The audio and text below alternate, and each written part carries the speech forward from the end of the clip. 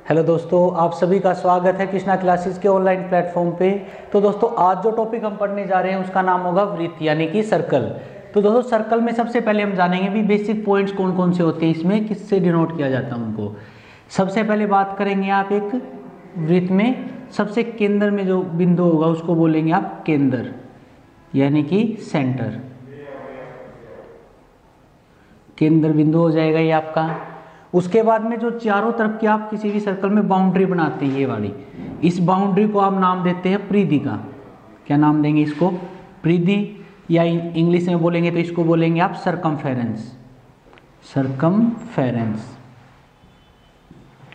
इसके बाद में बात करते हैं केंद्र से परिधि तक की जो दूरी होती है, केंद्र से परिधि तक की दूरी, इस दूरी को कहा जाएगा त्रिज्या यानी कि रेडियस, और इसको डिनोट किया जाता है आर से। तो आर हो जाएगी आपकी त्रिज्या, बोलो इसको, या इंग्लिश में कहें तो आप रेडियस। तो केंद्र से जो परिधि तक की दूरी होती है उसको आप त्रिज्या बोलते हैं। और अगर इस त्रिज्या को आप इस परिधि के दूसरे बिंदु तक इस तरह ले जाए और आगे तक मिला दे, यानी कि आप सिंपली कह सकते हैं एक ऐसी रेखा जो केंद्र से तो पास हो और परिधि को दो बिंदुओं पर टच करे, दो बिंदुओं पर काटे, तो उस पूरी रेखा की लंबाई को क्या बोलेंगे आप? वृत्त का व्यास, जिसको डी से डिनोट किया जाता है। इस पूरी लंबाई को क्या बोलेंगे आप? व्यास। डी से डिनोट किया जाएगा और इंग्लिश में बोलते हैं आप इसको डायामीटर। डायामीटर। तो दोस्तों आप दूसरा ये भी पढ़ेंगे कि डायामीटर जो होता है वो त्रिज्या का 2 गुना हो जाएगा, क्योंकि केंद्र से परिधि तक की जो दूरियां होती है आप कहीं भी खींच सकते हैं उनको, वो सारी क्या होती है आपकी बराबर होंगे। तो अगर ये भी रेडियस है ये भी रेडियस है तो क्या हो जाएगा आपका? डायमीटर को क्या लिखेंगे आप? Diameter is equal to twice of radius. तो जो व्यास की लंबाई हो जाएगी वो त्रिज्या की 2 गुनी होती है। उसके बाद दोस्तों बात करते हैं सर्कल में अगर कोई भी ऐसी रेखा खींची जाए, हम दूसरे डायग्राम से देख लेते हैं कि एक ऐसी रेखा जो इस वृत्त की परिधि को 2 बिंदुओं पर काटे, तो इसको क्या बोलते हैं आप? जीवा। इस लाइन को क्या बोला जाएगा? जीवा। इंग्लिश में बोलेंगे इसको आप chord of the circle. Chord, circle की कॉर्ड बोला जाएगा इसको। जैसे आपने अभी पढ़ा था कि व्यास जो डायमीटर होता है वो भी आपकी क्या होती है? एक तरह की जीवा ही होती है इसमें, क्योंकि ये भी क्या करती है, दोनों इसके दोनों जो एंड पॉइंट्स होते हैं वो कहाँ पे होंगे? परिधि पर होंगे, तो इसको भी क्या बोलेंगे आप? एक जीवा ही होगी ये भी। लेकिन जो आपके डायमीटर व्यास होता है वो किसी भी वृत्त में बनी सबसे बड़ी जीवा होती है, क्योंकि वृत्त के जो व्यास से पास होगी वो जीवा सबसे बड़ी होगी। इससे ऊपर जितनी बनेगी वो भी इससे छोटी हो जाएगी और नीचे वाले भी। तो आप कह सकते हैं किसी भी वृत्त में जो उसका डायमीटर होता है, जो उसका व्यास होता है, वो उस वृत्त की सबसे बड़ी जीवा कहलाती है। इसके बाद में दोस्तों अगर कोई भी जीवा खींची गई इसमें और उस जीवा को बाहर तक ले जाया जाए, बाहर तक एक्सटेंड कर दिया जाए इस तरह से, तो क्योंकि हमने जीवा को तो पढ़ा था कि भी ऐसी रेखा जो सर्कल की परिधि को 2 बिंदुओं पर काटे और वही दोनों उसके एंड पॉइंट्स हो, लेकिन अगर इस जीवा को आप बाहर तक एक्सटेंड कर देते हैं तो ये क्या कहलाएगी? अब अगर हम इसको नाम दे ए बी, और अगर इसको ए से सी बिंदु तक एक्सटेंड कर देते हैं आप, तो सी ए बी जो होगी आपकी वो कहलाएगी सीकेंट। क्या कहलाएगी? सीकेंट। या इसको हिंदी में बोलेंगे आप छेदक रेखा। छेदक रेखा। अगर ये एंड पॉइंट्स दोनों इसकी परिधि पर हैं तो इसको नाम देंगे हम जीवा, लेकिन इसके एंड पॉइंट परिधि पर नहीं है, एक एंड पॉइंट आपका परिधि के ऊपर और एक बाहर चला जाए तो उसको क्या बोल देंगे आप? एक नाम सीकेंट यानी कि छेदक रेखा हो जाएगी। इसके बाद दोस्तों एक ऐसी रेखा जो वृत्त को केवल एक बिंदु पर टच करती हुई जाती है, उस रेखा को बोलते हैं आप स्पर्श रेखा। स्पर्श यानी कि एक बिंदु पर टच करेगी, कोई भी एक पॉइंट होगा उस पर टच करती है तो उसको नाम दिया जाएगा स्पर्श रेखा का। स्पर्श रेखा, या इंग्लिश में आप बोलेंगे इसे tangent. Tangent of the circle. तो इस प्रकार से ये सारे बेसिक पॉइंट्स हो जाएंगे जो आपके वृत्त को पढ़ते टाइम हमें बहुत ज्यादा यूज में आएंगे, कि इन सारे बेसिक पॉइंट्स को पढ़ के आप क्या करेंगे? इनकी कुछ एक थ्योरम्स होंगी, कुछ एक प्रॉपर्टीज होगी, उन सभी के बारे में पढ़ेंगे। तो स्टार्ट करते हैं हम सबसे पहले थ्योरम से। तो सबसे पहली जो थ्योरम होगी हमारी इसमें वो हो जाएगी कि भी किसी भी वृत्त में, कोई भी वृत्त है आपका, उसमें अगर 2 आपको जीवाएं दी गई हैं जो कि समान लंबाई की है, इनको नेमिंग दे देते हैं हम ए बी और सी डी। आपको किसी भी वृत्त की दो जीवाएं दी गई हैं ए बी और सी डी, जिनकी लंबाइयां बराबर हैं, जिनकी लंबाइयां क्या हैं, बराबर हैं। तो आप कहेंगे कि भी जो जीवाएं हैं वो केंद्र से समान दूरी पर होंगी। अगर D1 और इसकी दूरी मान लेते हैं आप D2, तो हम क्या कहेंगे, अगर ए बी और सी डी बराबर है तो D1 बराबर हो जाएगा D2 के। यानी कि आप इसको कह सकते हैं किसी भी वृत्त की दो समान जीवाएं केंद्र से समान दूरी पर होती हैं, तो दो समान जीवाएं केंद्र से जो दूरी होगी उनकी वो क्या हो जाएगी, समान हो जाएगी। उसके बाद में सेकंड बात करेंगे आप कि भी अगर ये जीवाएं समान दूरी पर है और इनकी लंबाइयां बराबर है तो इनके द्वारा जो वृत्त के केंद्र पर कोण बनाया जाएगा वो भी क्या होगा, दोनों का इक्वल हो जाएगा। कैसे, अगर आप बात करें ए बी की, तो हम मान लेते हैं भी ए बी जो वृत्त के केंद्र पर कोण बना रही वो है θ1, और सी डी जो आपकी जीवा है वो केंद्र के वृत्त पर बना रही, वृत्त के केंद्र पर बना रही है θ2। तो आप कहेंगे कि भी समान जीवाएं केंद्र पर समान कोण बनाती हैं, तो आप इसके साथ साथ में क्या लिख देंगे, θ1 = θ2। तो पूरी प्रॉपर्टी क्या हो जाएगी कि भी किसी भी वृत्त की समान जीवाएं केंद्र से समान दूरी पर होती हैं तथा केंद्र पर समान कोण भी बनाती हैं। ये हो जाएगी आपकी किसी भी वृत्त के लिए फर्स्ट प्रॉपर्टी। इसके बाद बात करते हैं दोस्तों सेकंड प्रॉपर्टी की। इसमें तो सेकंड प्रॉपर्टी क्या कहेगी आपकी कि सेकंड प्रॉपर्टी भी एक जीवा के ऊपर ही होगी। किस तरह से, कोई भी वृत्त ले लेते हैं आप, ये हो गया, इसमें अगर आप एक जीवा लेते हैं ए बी और ओ ले लेते हैं आप इसका केंद्र, तो इस जीवा के द्वारा केंद्र पर जो भी कोण बनाया जाएगा, यहाँ पे जो भी कोण होगा वो इसी जीवा के द्वारा परिधि पर बनाए गए कोण का क्या हो जाएगा, 2 गुना। अगर आप ये कहीं भी सी नाम देते हैं, ए सी बी जो कोण है वो थीटा है, तो ए ओ बी क्या हो जाएगा, 2 थीटा। यानी कि आप ये कह सकते हैं किसी भी वृत्त में जीवा द्वारा केंद्र पर बना कोण उसके द्वारा परिधि पर बनाए गए कोण का हमेशा 2 गुना होता है। तो क्या कहेंगे कि अगर ये थीटा है तो ये हो जाएगा आपका 2 थीटा।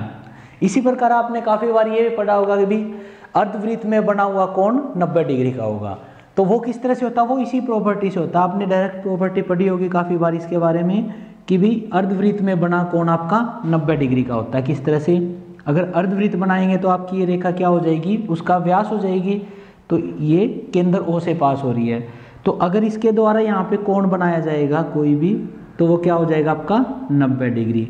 क्यों, क्योंकि आप अगर एक सरल रेखा ले रहे सीधी रेखा, तो यहाँ पे कोण कितना होगा आपका 180 डिग्री। जैसा कि हम पिछले लाइन एंड एंगल्स वाले टॉपिक में पढ़ चुके हैं कि भी किसी भी सरल रेखा पर बना हुआ कोण आपका 180 डिग्री होता है।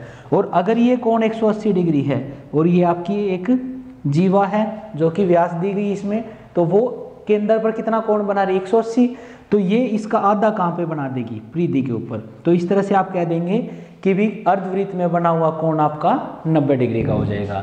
तो दोस्तों इसके बाद में बात करते हैं हम थर्ड प्रॉपर्टी की।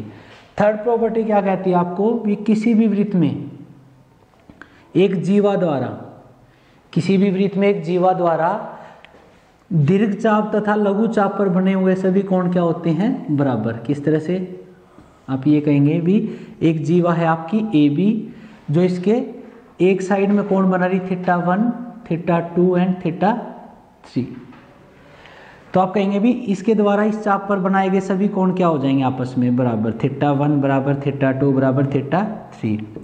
यानी कि आपको ये चेक करना भी मेजर आर्क पे कौन कौन से कोण बन रहे हैं, माइनर आर्क पे कौन से बन रहे हैं। तो यहाँ पे मेजर आर्क पे आपके 3 कोण बन रहे हैं, यहाँ पे θ1, θ2 और θ3, तो ये तीनों कोण आपस में क्या हो जाएंगे, बराबर। और अगर इसी जीवा द्वारा आपका माइनर आर्क पे जो अगर 2 कोण बनाए जाए θ4 एंड θ5 नेम दें हम इसको, तो θ4 और θ5 भी क्या हो जाएंगे, आपस में बराबर हो जाएंगे। तो आप कहेंगे भी किसी भी जीवा द्वारा दीर्घ चाप व लघु चाप पर बने हुए सभी कोण आपस में क्या होते हैं, बराबर। लेकिन आपको एक चीज का ध्यान रखना होगा, 1, 2, 3 ये आपस में इक्वल होंगे और 4 एंड 5 ये इक्वल होंगे। लेकिन अगर आपस में इनकी बात करें तो ये कभी इक्वल नहीं होते, ये ध्यान रखना आपको कि भी ये वाले 1 और 4, 2 और 5, 3 और 4, 5 ये आपस में कभी भी बराबर नहीं होंगे, इसका भी ध्यान में रखेंगे आप। तो आप अगर सिंपल लैंग्वेज में इस प्रॉपर्टी को समझना चाहिए तो किसी भी जीवा द्वारा अपने एक साइड में बने हुए सभी कोण, यानी अगर इसके आप ऊपर की साइड देखेंगे तो वो सभी कोण आपस में बराबर होंगे, या इस जीवा से नीचे की साइड देखेंगे तो वो सभी कोण भी आपस में क्या हो जाएंगे, बराबर हो जाएंगे। इसके बाद बात करते हैं दोस्तों फोर्थ प्रॉपर्टी की इसमें। तो फोर्थ प्रॉपर्टी क्या कहती है वृत्त में, कि भी किसी भी वृत्त में, ये आपका एक वृत्त हो गया, किसी भी वृत्त में अगर एक जीवा दी गई है आपको ए बी और इसका केंद्र है ओ, तो किसी भी वृत्त में केंद्र से जीवा पर अगर एक लंब डाला जाएगा तो वो लंब क्या करेगा, उस जीवा को दो बराबर भागों में बांट देगा। यानी कि अगर आप इसको नाम देते OD तो हम कहेंगे if OD is perpendicular on AB, यानी कि केंद्र से एक ऐसी रेखा डाली गई है जो AB के ऊपर क्या है 90 डिग्री का कोण बनाती है, समकोण बनाती है। तो आप कहेंगे भी ये जो D बिंदु है ये AB का मध्य बिंदु होगा, या आप कहेंगे भी AB को दो समान भागों में बांट देगा। तो इसको क्या लिखेंगे आप, AD बराबर हो जाएगा BD के। तो यदि केंद्र से किसी जीवा पर लंब डाला जाएगा तो वो उस जीवा को दो समान भागों में बांट देगा। तो इस प्रकार ये हो जाएंगे आपकी 4 प्रॉपर्टीज। अब बात करते हैं नेक्स्ट 5वीं प्रॉपर्टी की। देखिए 5वीं प्रॉपर्टी क्या हो जाएगी इसमें,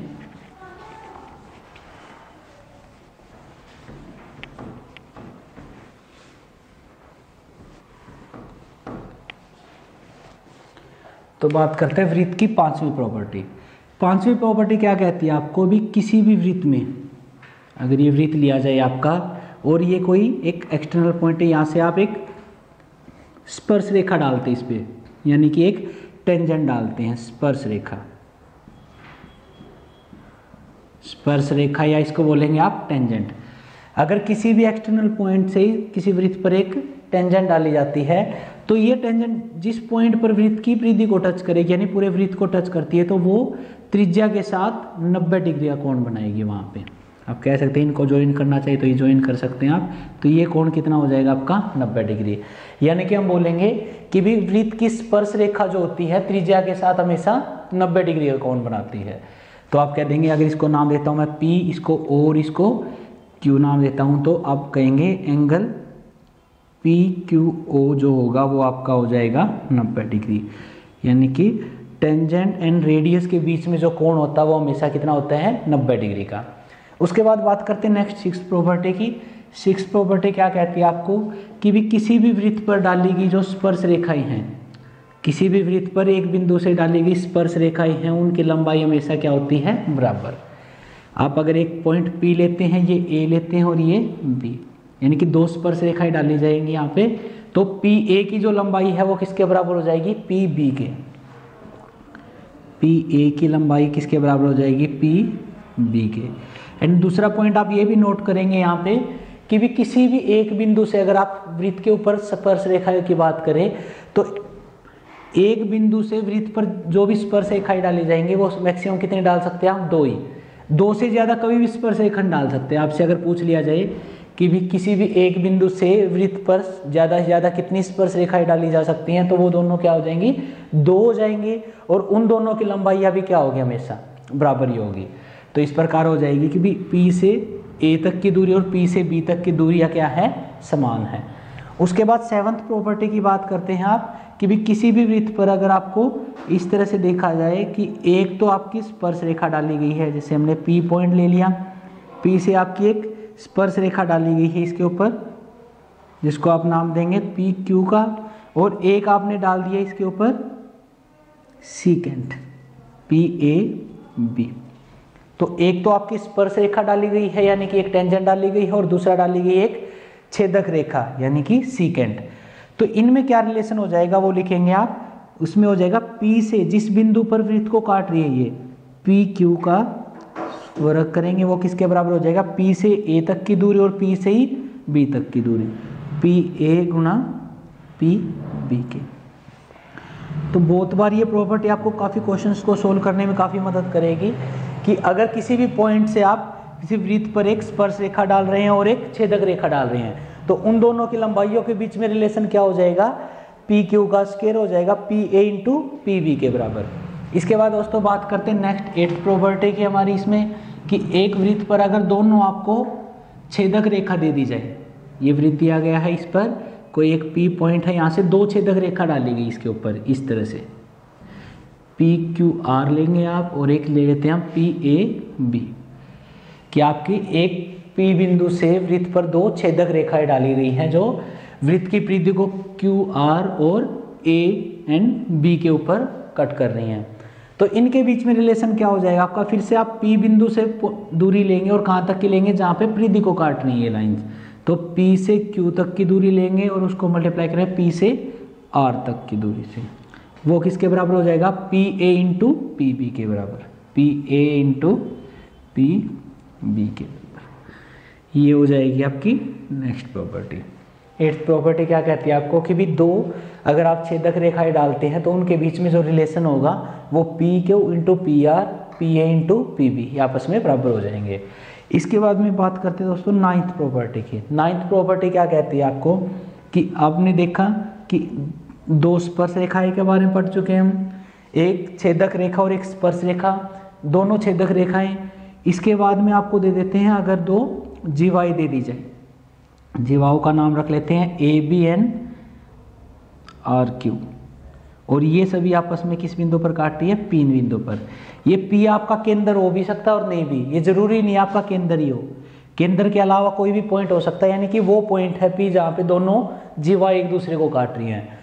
तो इनके बीच में रिलेशन भी क्या हो जाएगा, P से A तक की दूरी और P से B तक की दूरी, PA इंटू PB हो जाएगा आपका बराबर किसके, PQ इंटू PR के। तो अगर आपको दो जीवाएं भी दे दी जाए तब भी आप रिलेशन क्या लेंगे, जिस बिंदु पर दोनों एक दूसरे को काटे वहां से परिधि तक की वो दूरियां लेंगे जहां पे वो लाइन परिधि को काट रही हैं। तो इस प्रकार से आपकी ये 9 प्रॉपर्टीज हो जाएंगे। इसके बाद में बात करते हैं दोस्तों नेक्स्ट 10th प्रॉपर्टी की। इसमें तो वृत्त के ऊपर 10th प्रॉपर्टी क्या पढ़ने वाले हम देखिए। इसमें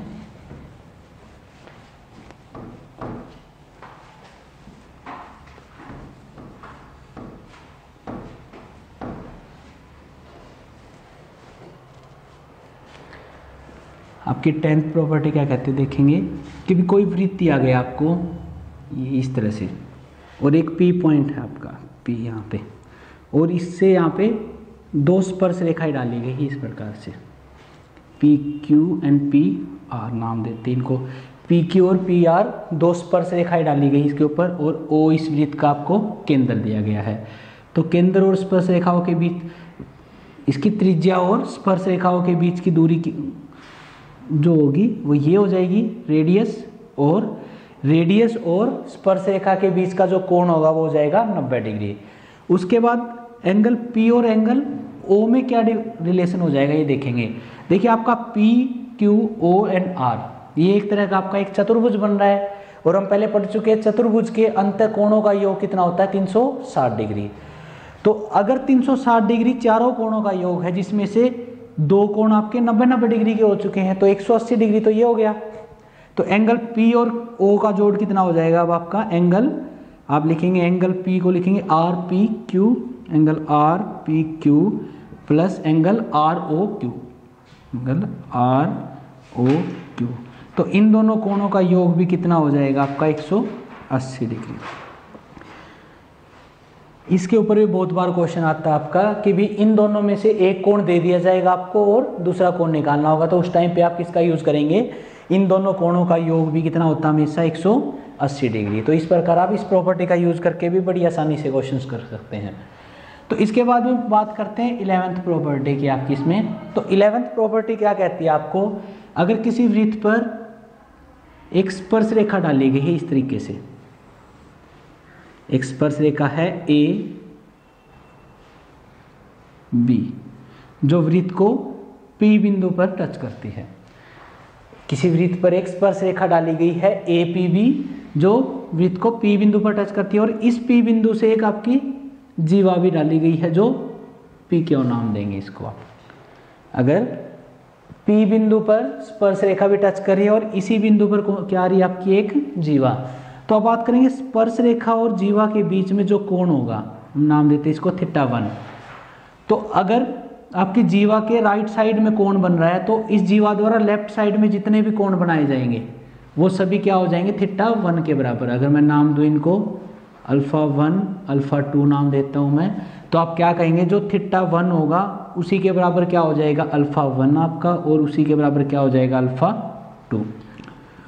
तो इस प्रकार आप स्पर्श रेखा और जीवा के बीच बना कोण भी निकाल सकते हैं। अगर इनमें से कोई भी कोण मिल जाए आपको तो वो कोण भी क्या हो जाएगा उसके बराबर हो जाएगा।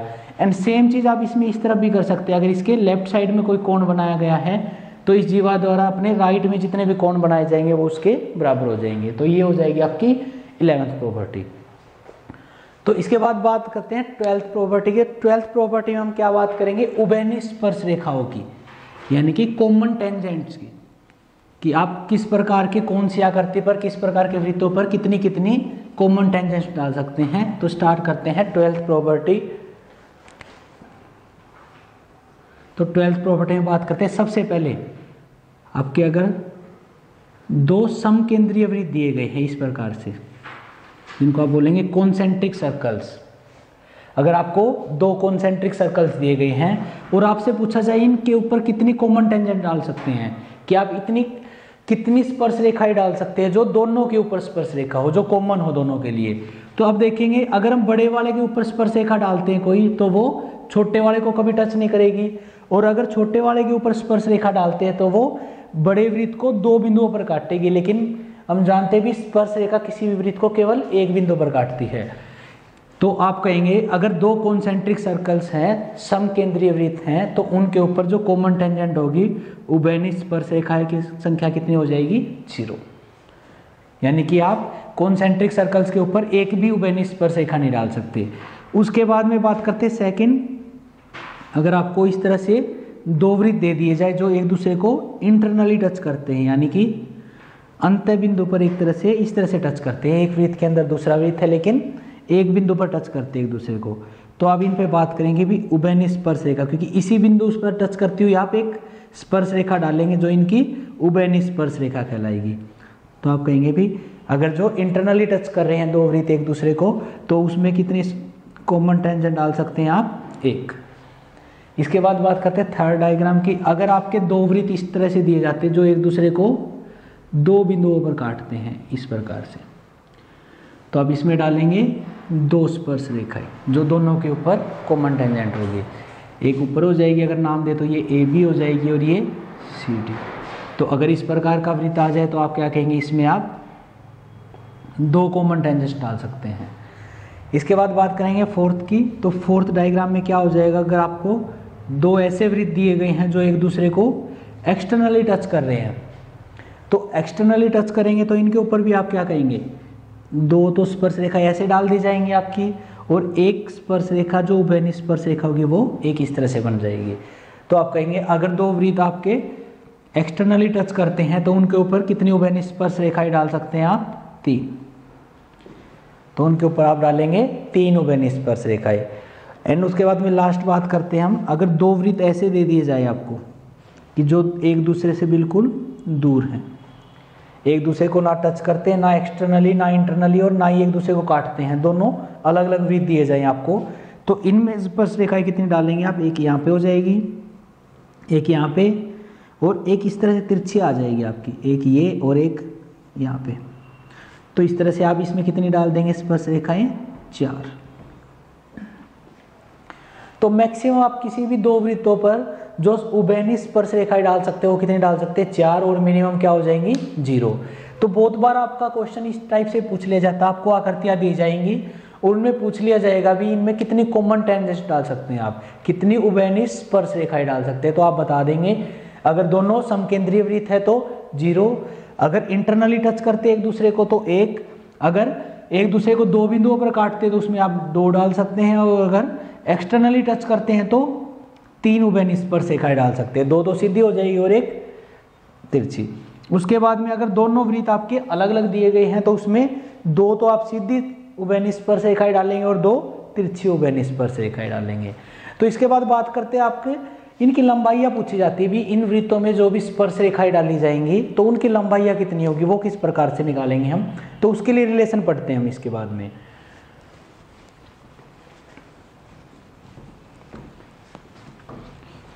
तो आप देखेंगे आपको 2 वृत्त दिए गए हैं इस प्रकार से, एक बड़ा वृत्त दिया गया आपको ये, और एक छोटा वृत्त दिया गया यहाँ पे। दोनों की त्रिज्याएं दी गई, पहले की त्रिज्या आपको दी गई R1 और दूसरे के लिए त्रिज्या दी गई है R2। तो हम बात कर लेते हैं, इसका वृत्त का केंद्र है O और इसका केंद्र है O डैश। अगर आप बात करें इनकी स्पर्श रेखाओं की, तो एक स्पर्श रेखा ये हो जाएगी और एक हो जाएगी इस तरह से।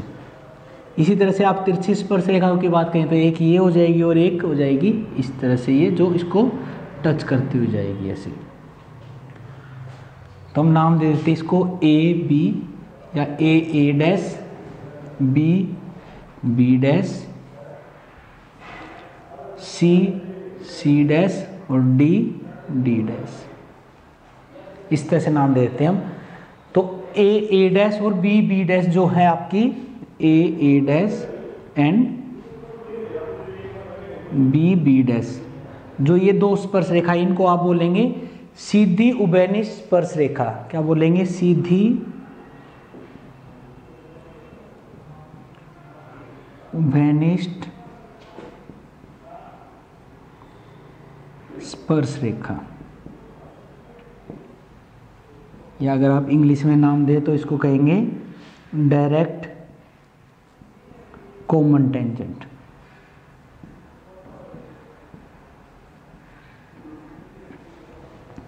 और उसके बाद में आपको दी गई है C dash and D dash, इनको बोलेंगे आप तिरछी उभयनिष्ठ स्पर्श रेखा। तिरछी उभयनिष्ठ स्पर्श रेखा